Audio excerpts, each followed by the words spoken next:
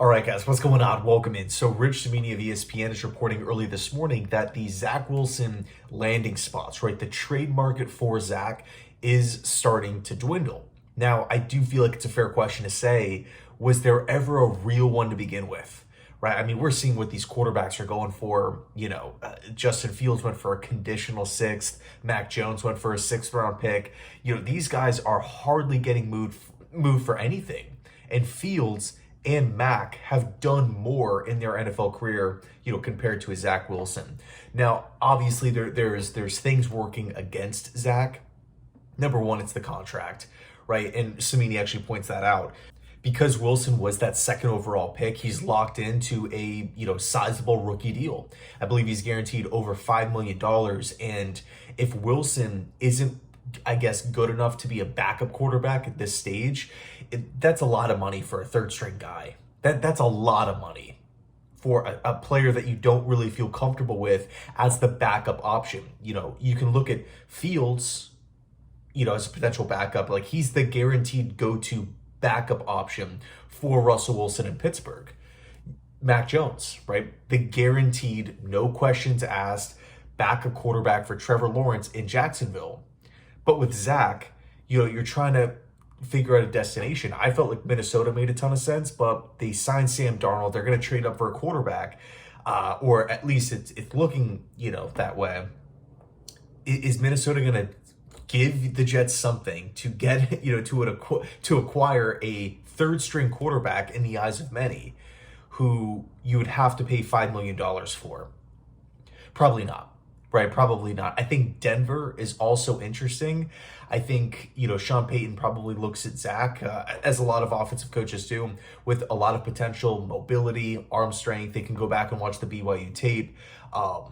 Despite Zach not working with the Jets, he still has likable traits. And I do believe if Wilson is released, he's going to get picked up by a team. He's not going to be out of the NFL or anything crazy like that. The problem is, again, when it comes to a trade, you're from another team's perspective. Like, imagine you're a fan of, take your pick, a random NFL team that could have interest here. The LA Rams, the Broncos, like we said, New Orleans, right? Just a random team. And you wake up and you find out that, your team gave away a late round pick for Zach Wilson. The plan is to probably let him compete for the backup job. And you have to pay him over $5 million.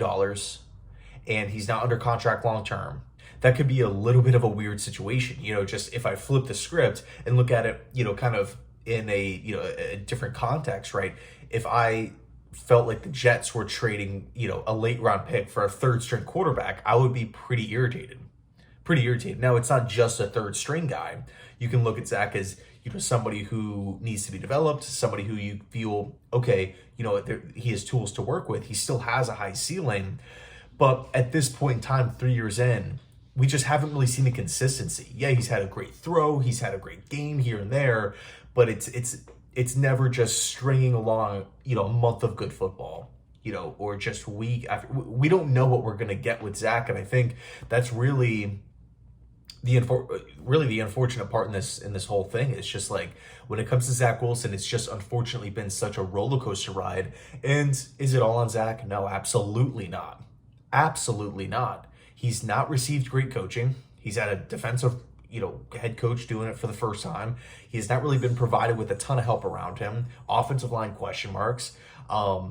He has had some solid players around him in Garrett Wilson and Breece Hall, but you look at the Jets' offensive situation these past, 3 seasons. It's not really it's not really a good landscape for a quarterback to grow, right? To flourish. And again, part of that is coaching. So I'm wishing Zach nothing but the best, right? I hope he lands with a new team that believes in him and he actually gets on the right path to develop here. But if the New York Jets are able to acquire a pick from another team out there, that would be, absolutely beautiful, right? Unfortunately, you're going from the second overall pick to whatever it may be, a 7th, a 6th, a swap pick, whatever. But at least it's something, right? At least it's something, and it would be money off the book. So anyway, let me know your thoughts down below in the comment section. Thanks so much for watching, and as always, go Jets.